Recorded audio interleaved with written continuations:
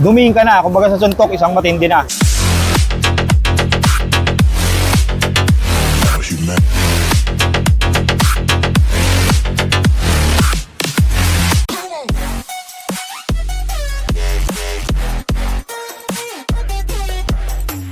Eto, si Brother Utol Pambihira. Jepo, Crisado. Ayan, sarado. Ayan, so, tanongin natin, kailan ka nag-start mag-bully? And paano? American Bully, American Bully. 2010. Ang tagal na, ha?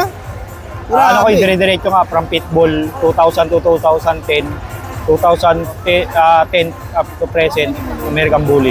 So, dire-diretso tayo, ganun katagal. Grabe, bangis. Ngayon, paano ka, ba't ka na in love sa breed na to, sa bully?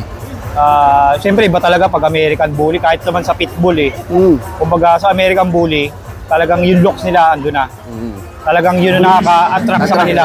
Tapos at the side, yung behavior. Siyempre, yung behavior mabait. Oo, totoo. Kaya, ang dami ko nang naalagaan na aso, pero yung American Bully talaga yung napakabait talaga. Last na lang, brother. Ano yung may advice mo sa mga newbie tulad ko at saka yung mga nanonood?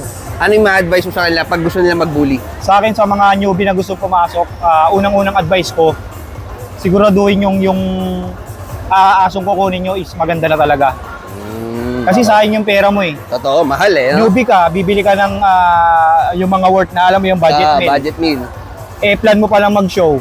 Yun Siyempre, hindi ganun kaganda, sabihin natin hindi ganun kaganda, mura. Paano ka mananalo? Exactly. So, newbie ka, nagpaplano ka mag-bully, yung budget mo kung kulang pa, mag-ipong ka pa, Tama. dumihin ka na, kumbaga sa suntok, isang matindi na. Oh, galing, galing. Ganda ng advice mo dun, bro. Thank you, thank you. Galing na.